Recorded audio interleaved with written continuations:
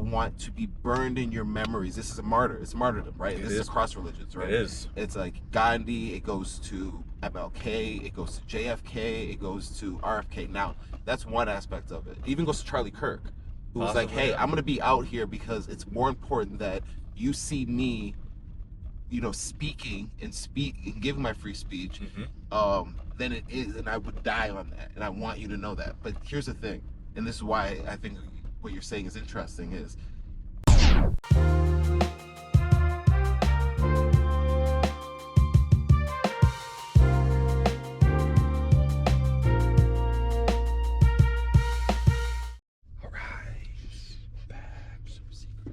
Super secret. Founders Drive. We still need a theme song. super secret, super secret. All right. We'll pay for it. If you're watching, we'll pay for it. Send me a message. Only if it's good. Sure. Send us a message. Send me a message. Send us a message. Tag us on Constance. We will pay for it. That's how we know if you're watching. All right. Yeah. All right. But this week, who was the founder this week that we took a look at? Miss Chanel. Coco Chanel. Yes. Coco Chanel. The famous Madame from the House of Chanel. Yeah, man. So let's talk lifestyle. Yeah, I think if you've watched the episode, which I'm going to assume you did, Coco was very much into selling the lifestyle and living the lifestyle and being able to mingle and network with a lot of groups that weren't necessarily her economic status. And that helps, especially when you can mix and mingle with people that have a lot of money to spend on your products. You can get started very quickly.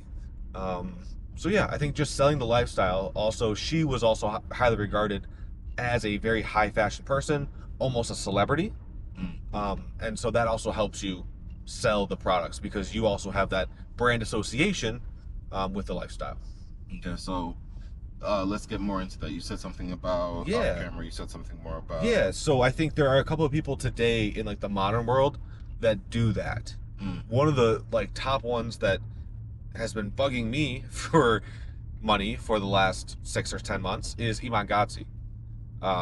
He seems to be one of those people that really likes to sell the lifestyle. A lot of his YouTube videos you'll see, which are private planes, private cars, trips to exotic places, and doing things that are very much selling the lifestyle. Same as like Steve will do it. Very much like a, hey, we're gonna sell the lifestyle of what it is to be, have this kind of money, have this kind of status. And I think a lot of people gravitate towards that and watch and or engage with their material because of that. I don't really watch a lot of Steve will do it. You should. Steve's great. And then Iman Gadzhi, I've seen some of his stuff, but not like I've seen some of his business pitches and sales. He's a little bit on the nose. Why do you say that? What I makes you say that? The like I think a lot of people on YouTube nowadays are just very, especially with like lifestyle stuff, are very just like, again, like on the nose of what they're selling. I think probably the best example of selling a lifestyle are the Kardashians. I'd probably put out there. Ooh, that's an interesting one. Yeah, and I think it's simple as like the whole keeping up with the Kardashians concept, where it was such a thing where like they kind of made it literally it was a lifestyle show. It's like they're a reality show where they're not trying to come on a one-off thing and be like, hey, this is, and so I guess in this vein, I would agree with you in terms of the Iman Gadzhis and others on YouTube selling this lifestyle. But the Kardashians were one of the earlier ones in the modern times to really showcase, hey, this is just how we're living. Yeah. And keep up with us if you can. Right? We're just in these mansions. We go to these parties. We have these businesses. We're dating like it was part of the lifestyle, and it was on TV. Right. And so, I think that there is a big part because it allowed them all to spin up these ridiculously successful businesses, and particularly brands. And that's what we're talking about here is taking a magnifying glass and looking at how much success you can have by selling the lifestyle. Right. I'm not saying it's like a great way to do it, especially if maybe your brand is an alcoholic beverage. You probably don't want to be Bert Kreischer selling, the machine over and over and over, it's probably a detrimental lifestyle. But if there is a way to balance that, you can have a very successful business. Even if you don't balance it, I mean, Bert Kreischer's still insanely successful, Right. even though he has a little bit of health problems now. It's something you pay for. There's something to be said about that we were talking about earlier with the mimetic theory. Yeah. And the lifestyle. Part of it is there's another weave here. Ew.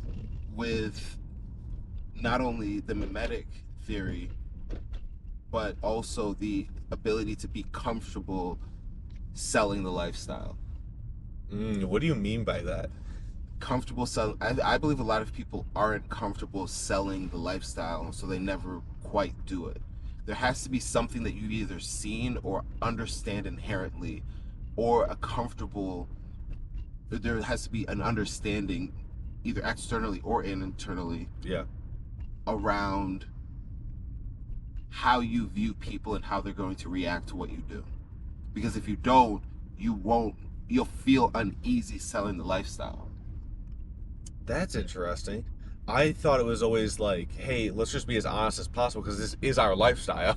Yeah. And like the results or the products or the things that you see are true, or as much as they can be. I think maybe that's the point there is that when you start becoming disconnected from the results that you're selling versus the results that you're living, maybe that's the...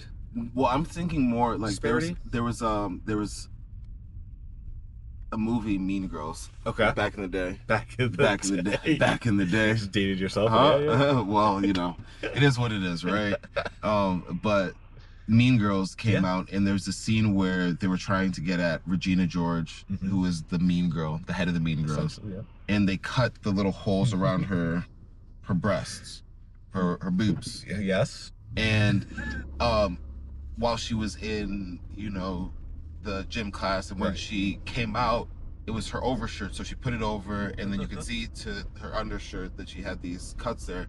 She looked down and she like shrugged, and then she walked out. And then everybody not bothered at all, comfortable, right? Yeah. And then everybody started copying her because she did it with, she was like, this is just what I do. What I do is stylish. What I do is the latest stuff. And so when people copy her, it becomes fashion. And that's one of those things where I think a lot of people would be mortified, and they would run out and they would be like, I can't go back in there. Do you know what happened to me? And so I think there is a level of comfort that's necessary to really even sell the lifestyle business. 'Cause I think people don't feel comfortable doing that. Yeah. I have a lot of thoughts on that. I don't know if I should go that spicy though. Go ahead, spicy man. We're here. They say the last sentence you just said again, because I want to make sure people hear it. Last sentence you just said again. About the people aren't comfortable selling the lifestyle? People aren't comfortable selling the lifestyle. People aren't comfortable selling the lifestyle. We had a very, and this is topical, we had a very interesting tweet from the Minnesotan senator where she was allegedly attacked at the press conference around the fraud happening. Okay. When someone had asked her, hey, it looked like he was going to spray you with acid, it looks like he was going to attack you, you didn't move a single, you didn't even flinch, and everybody else would have flinched in your shoes.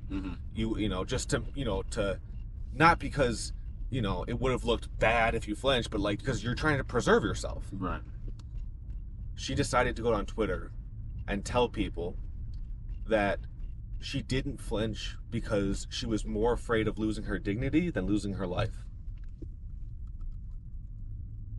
Wow. I want that just to sink in. A representative for the public said, I didn't consider saving my own life to preserve my dignity. Okay. That's insane to me. Let's peel it back a little. But it's also a very interesting when we start combining this with, are you living the lifestyle? Are you living the idea of what you're in this case elected to do? Yeah. Or are you living the fantasy of it? Okay. Well, spicy, but this is something. No, we're here, right? This is why it's the super secret founders. This is something that happened this week. Yeah. That I was absolutely appalled by. You can't have a public official say that, and then have me feel safe as a constituent. So let me let's parse this a little bit. So Go for it. the way that I'm interpreting what you're saying is she values public opinion Appearance. more appearance, not even opinion. Yeah, okay, so you're saying even more than her life, which is important because she has an obligation to serve the people. Yes. She's representing the people, and so if she's more concerned about appearances than preserving her life to actually do her job, yes, then that's an issue. She would. Right? I think the mentality is, I would rather not have to deal with this if I was dead than actually fix the things that are broken. Okay. Here's another way that I would go for it. I want to see how you think about it. Do you think that by dignity she could have? Is it possible that by dignity she could have meant values? Like, I won't compromise my values over anything. It's possible, but I'm not sure I 100% agree with that. Okay, cool. Like, if you're going to say that your values are more important than human life, there could be a potential scenario, probably hopefully never for a politician to be in, where you would stick to your values and let people die. There is a scenario. Yeah. I'm not going to go into too much of it, but yeah, like if that's your stance and you're not willing to be nuanced about it, then yeah, obviously in this case, I think the person that was talking about it was like, you didn't even flinch. So either this was staged, or you really just like didn't understand what was happening. If this person, I think the person had walked up to her with like a Tylenol, like a spray of Tylenol, just to, scare her. Yeah, but it could have been acid. It could have been a gun. It could have been literally anything. Okay. And the fact that you didn't move and use the word dignity in that aspect, I think it was more of an appearance of, I don't want to look weak in terms of flinching or running away from an attacker when I could just. Well, there's a couple different ways to look at it. Sure. And I think both can yield different viewpoints. Oh, and I don't know enough about the situation to have a hard stance. I just think it's an interesting topic. Yeah, I think the nuance with the values is a very normalized thing where it's like, well, it goes it's a really nuanced take, and I'll break it down. So I think that there are people where it's like, for instance, people say like, give me liberty or give me, right? Yeah. And so that's somebody where I think it is somebody who's standing on their values, and they're saying, 100%. I am willing to say that like this thing of freedom and liberty is more important than life. Yes. We can even go, if you're a God-fearing person, you can look and say, Jesus was somebody who stuck on his values, and he said, hey, even if people are willing to kill me, I'm willing to take this stand. That's a good one, yeah. Because I want to be burned in your memories. This is a martyr. It's martyrdom, right? This is across religions, right? It is. It's like Gandhi, it goes to MLK, it goes to JFK, it goes to RFK. Now, that's one aspect of it. It even goes to Charlie Kirk, who was like, hey, I'm going to be out here because it's more important that you see me, speaking and giving my free speech, than it is, and I would die on that, and I want you to know that. But here's the thing, and this is why I think what you're saying is interesting, is if it's for a real cause and it's not just public opinion, then I think there's a beauty in it. Sure. But if it's for, I don't want to be ostracized from the group and I want to get reelected, then that's, and I don't really care about doing my job, then that's a completely different. Yeah, and I think that was the way that I had read it. I'm like, you can't seriously be thinking about publishing this. But just going back to the whole like living the lifestyle. If you're doing it for a purpose that is what you had said, beauty, not literal beauty, but if you do it in a way that is beautiful, then there can be a lot of value, and it can be important to stand on your values. Yeah. Well, so here's the thing is, to her group of people, they probably see it as, man, she stood on business. Like, she is about it. She is here for us. Possibly. But I think what's really interesting is, what's the core value that she's proposing, that she's standing on? Is it the, discrimination? Is it, like, again, I haven't been super deep on the whole thing, but I do think it's a really interesting discussion, because I think it if it's not abundantly clear, it forces you to look and say, what was the intent behind it? I just took it at face value, where it's like if someone's coming to threaten your life and you don't even react to it, Mm. you don't have the aptitude to have self-preservation to do the great work that we've elected you to do, Yeah. and you'd rather say, I don't want to look weak and get assassinated in public. Mm. It's like, I don't know, it just feels like that's the wrong thing you're focusing on. You know, if the thing you're focusing on is, oh, if I get shot, my arm's gonna be limp over here. Yeah. Like, that's not the same. You should be worried about not getting shot. But then you know what I mean? But you could say the same thing with God bless dead Charlie Kirk, where it's like, hey man, you were just sitting out here riling people up, and you were just out in the open.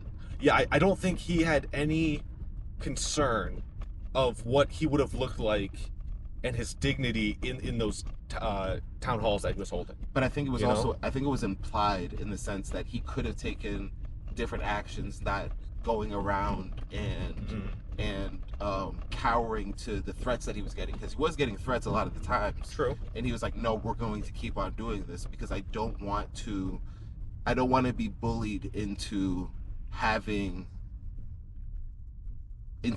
a certain way.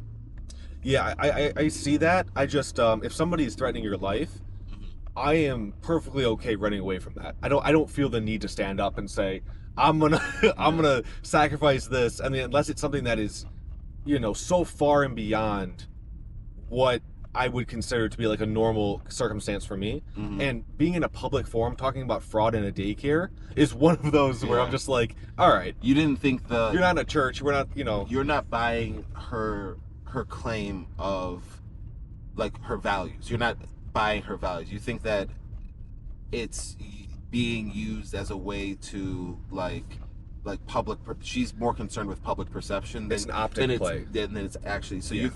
that's really what it is. 'Cause Yes, I personally think that, and that's why I think it's such an interesting discussion, is because if it's something that like, hey, this is like, it's like kids were dying and somebody came up and did the same thing, and it was very clear, Very like, hey, different. she was standing on that, then it's like, okay, she's putting her life up for something. But Yeah. to you, the way that I'm interpreting it is like, it probably looks more like she's doing this because she wants to look good on socials. Yes. Or, like, in going I and was tweeting almost about it. attacked. Yeah. In my own state, it's like, yeah, I mean, that's wild, and it should never happen. Yeah. But also, like, you're there to help us fix this. So let's worry about how can we fix this with the best, you know, intentions, instead of playing PR. Which, again, that's a lot of politics now too. Is like, let's play PR. Yeah.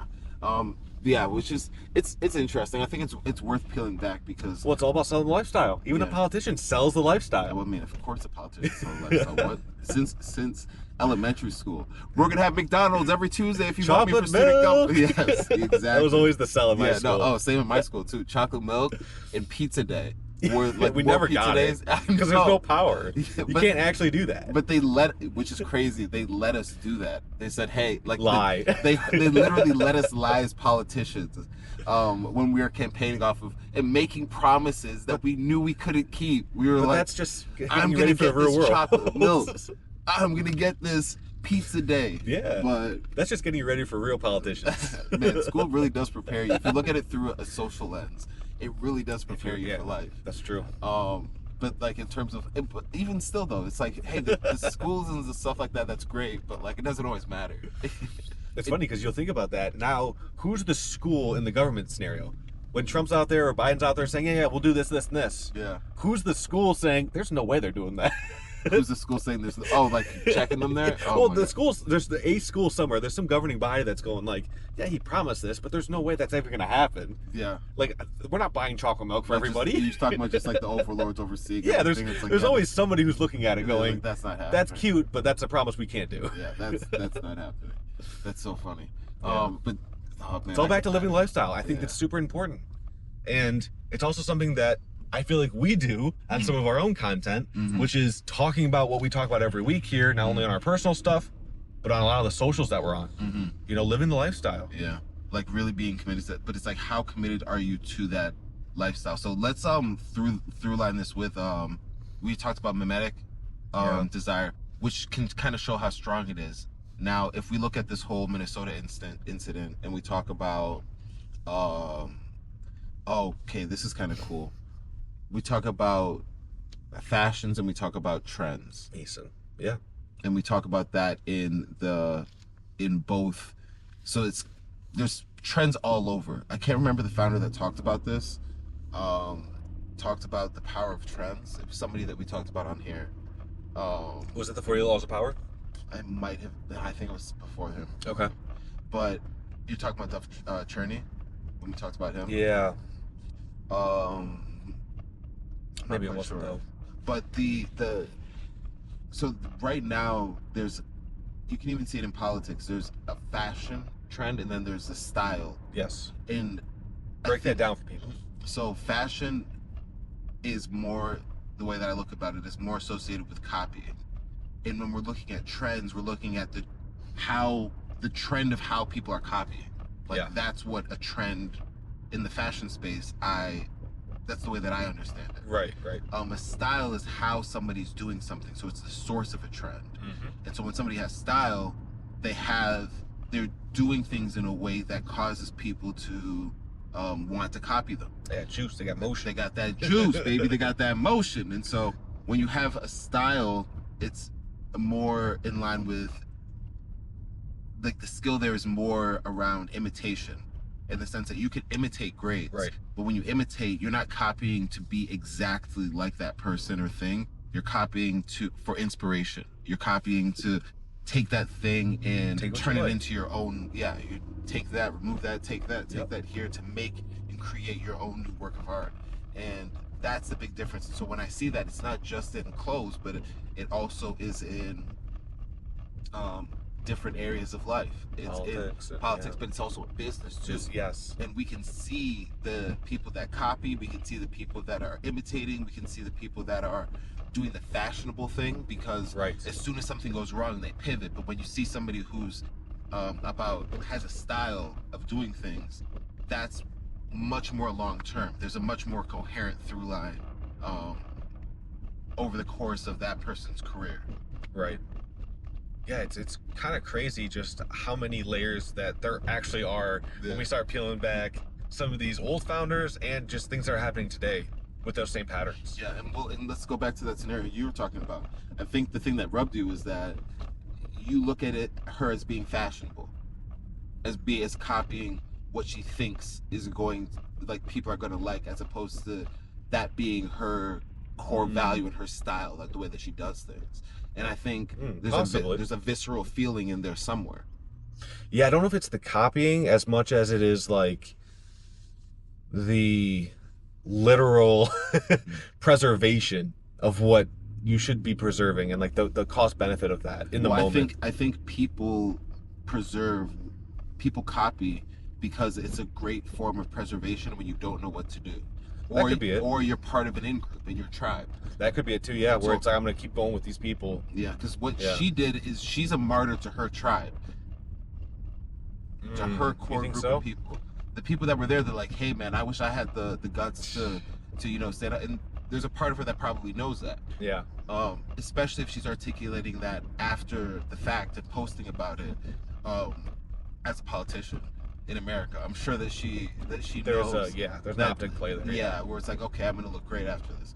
But I think and this isn't picking politics, but like, so I'll go across the board. When you look at somebody like let's go with a Trump. Well, we can do the same thing. The same thing happened with him.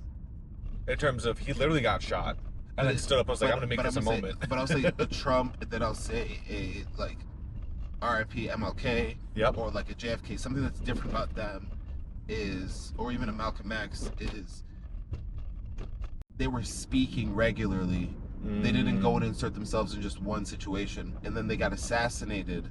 And then it was a situation where it was part of the job. It wasn't necessarily it was part of the job. It wasn't like something that spun up and that they could have avoided being there. Like, it was just, again, part of their routine. Like, JFK was in like a car driving a presidential parade. Trump was giving a speech. and then you look at like MLK and, Mm-hmm. and Malcolm X, and like that, I think is just the circumstances are a little bit different. So Yeah. there's all these things that are going on that cause these gut reactions in us, but just like we have one reaction about a situation, Mm-hmm. somebody can have a completely different one. Yeah. Yeah, and that's it's also framing too, right? Like it's interesting. With the Chanel stuff, it's like her designs probably would not have done as well as they did if she didn't have the ear of the wealthy people. If she was literally an outsider of that network, it's so much harder to break in. But she broke in as being an outsider of the network. That's true. But then launched a brand instead of launching the brand first and then trying to break in. I think that's a very interesting, just timeline where, yeah, you have to kind of break in first, almost feel like, oh, I'm part of the group. Now I can start my business. Yeah. Because coming in as an outsider, you kind of have like your defenses up. Yeah. Yeah. It's very intriguing. Did you have anything else that you want to talk about in the? I mean, we can keep going, but No, there's No, just no, a couple off things that that I topic. think. Yeah, there's a Yeah. couple things, quotes here that I think I Yeah, can let's run do through, it. and then we can, wrap this up with. yeah, what are the quotes? We have I like this whole idea of on taste and editing, where she says, and what she talks about with elegance. She says elegance is refusal. Simplicity is the keynote of all true elegance. Um, she said, I find that women are always overdressed and are never elegant enough. A parallel might be in the business space, might be like we're always over featured and never focused enough, which is super interesting to me. Actually, I do want to dial in and maybe we wrap it up there. I was thinking about this, and you look at a phone like Apple, Yes. or you look at products like the Apple iPhone, and it has a ton of features. It does. It's always had a ton of features. You look at something like Amazon, it has a lot of features on there. Yeah. But what I was thinking of is it's not necessarily about features over having too many features. I think it's not having a clear enough mission or a clear enough goal for what your features do or what they're for. Oh, that's interesting. Because I think my head would probably argue they never started with all those features. The iPhone didn't start like that. The Amazon didn't start like that. And so nobody comes out of the gate with all these features. You build it in a way that's sequential to the point where now you look at it and say, oh, it's got all these features. Yeah. But you forget how they started, which was, can I put a song on a brick? with the iTunes or iTunes. an iPod. But even when he launched that, they launched the iPod, 1,000 songs in your pocket, which has a lot of features. But he's basically saying, my mission is to get you more music in your pocket.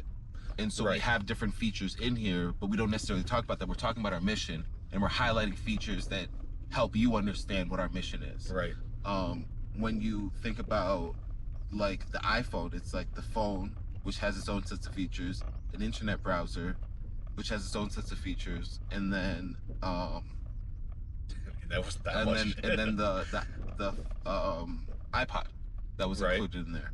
But then each one has their sub features, and so like you can get lost just explaining all the things you can do on there. Oh, I can go and pause a song, I can create a playlist, but I can also call a friend. Oh, I can go and browse the web, and there's also this app store that I can use, and I can go and download this thing. It's like if I talk about that. That's interesting because I mean they didn't even start there, right? Like Steve Jobs sold boards to a computer store that were literally just the keyboard, just the like he was going that, so they didn't even start with the iPod, or they started even before that with transistors the size of textbooks. And so it is interesting. Yeah, I mean, focusing on whether you're talking about the features, the mission. Yeah. It's all about that framing, the positioning. Yeah, and it's like, and that's the craziest thing. Like, so when you start getting into feature like discussions without a clear mission, then it's like, oh my God, you keep talking about features, all these features. It's like, how is this going to benefit me? And I think that's the real thing. Is like, it's more important to talk about the mission and how you can incentivize somebody towards that, or like have people understand that mission, than it is to just talk about the features. And so I think that that's one of those aspects when I think about the whole comparison between like being overdressed, over featured, and then to me, the mission is the journey, The features are just the happy accidents along the way. Clip that. But no, I think like, yeah, the features, I'm not going to lead with a feature. I'm going to lead with the story and the mission to get you to where you need to be. And then along the way of that journey, it's, oh yeah, we have this cute little feature. Oh yeah, we've got this little simple thing that we do here. Oh yeah, this is integrated here. And those are just small things that along that journey, you say, oh yeah, look at that happy accident. Of course we can publish here, you know? So stuff like that. 100%. That's a good one. Yeah, this actually went longer than I expected it to go. It did. Coco, Coco. very interesting person, and the company is still thriving today. And so we'll probably end up doing a whole nother episode on what they did after she passed, because there were some big moves that Chanel had to make to stay relevant, and they've done so. But yeah, with the founder of Madame Chanel, I think this was a great episode. Yes. There we go. All right, until next time. Peace.